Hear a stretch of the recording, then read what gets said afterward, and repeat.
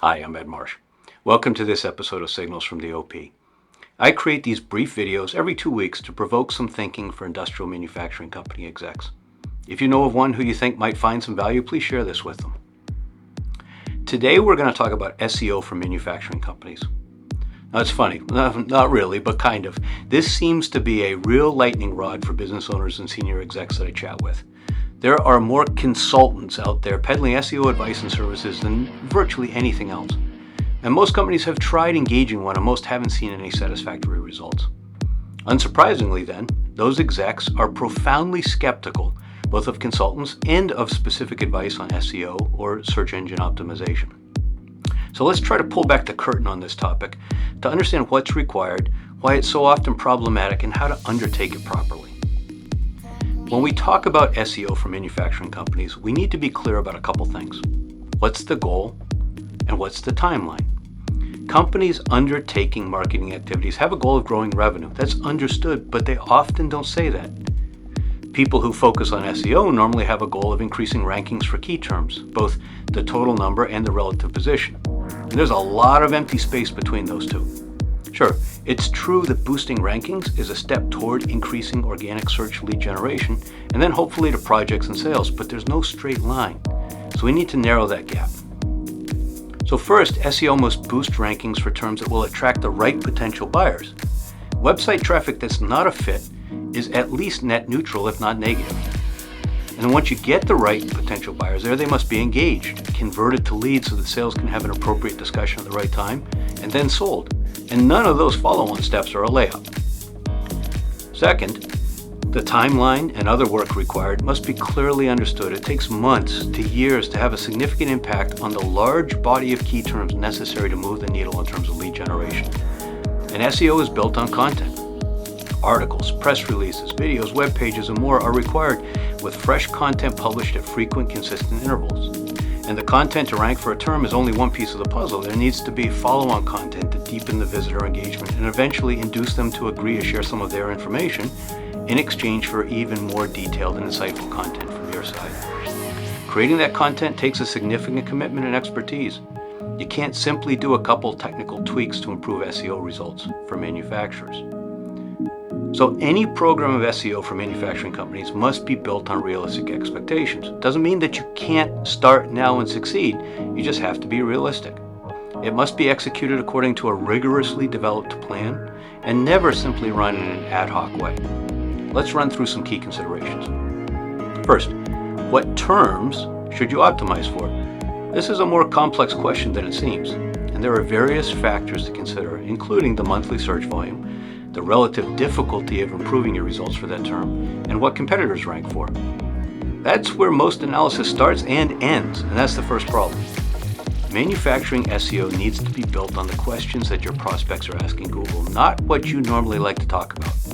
And in my experience, that means it's often focused on problems companies have using products, like optimizing efficiency like OEE or reducing downtime. It can be industry trends and other related topics.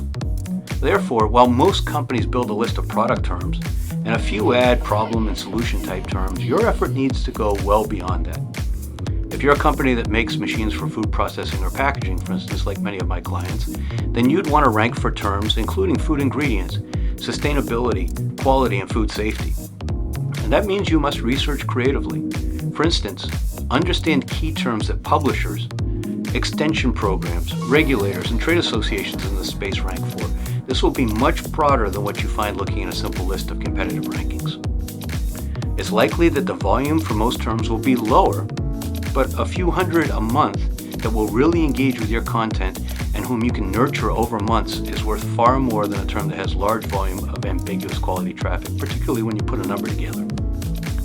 Second, what content should you create? You need to identify the terms you're going after. I'd recommend plan for a year broken into quarterly segments and build an editorial calendar. You'll need a variety of content types: landing pages, webinars, blog articles, press releases, videos, sponsored content, website pages, and more.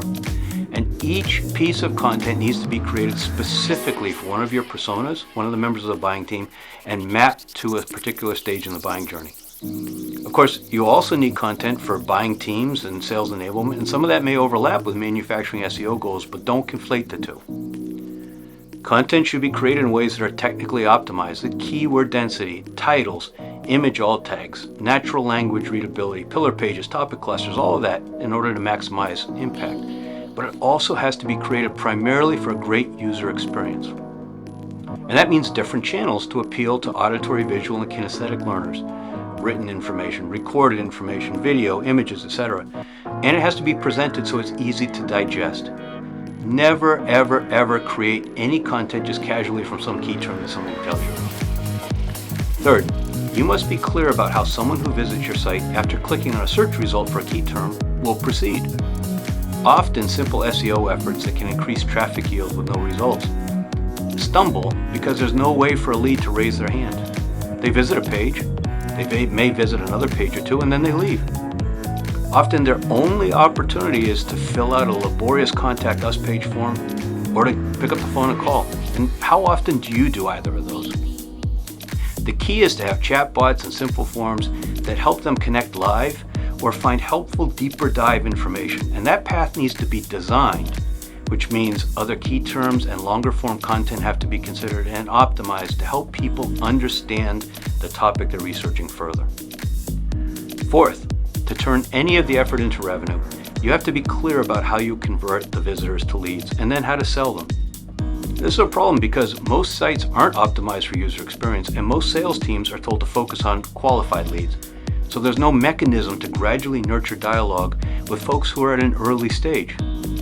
And make no mistake, great SEO for manufacturing companies attracts many visitors who aren't currently qualified buyers in the classic sense, but it creates the opportunity to nurture a relationship. Boil all this down, and the problem with most manufacturing SEO is that it's treated as a simple administrative task. Companies find someone to spend the time thinking that there's a simple and clear set of answers. The reality, though, like many aspects of your industry, is that there's a lot of nuance involved. There's the science and the art.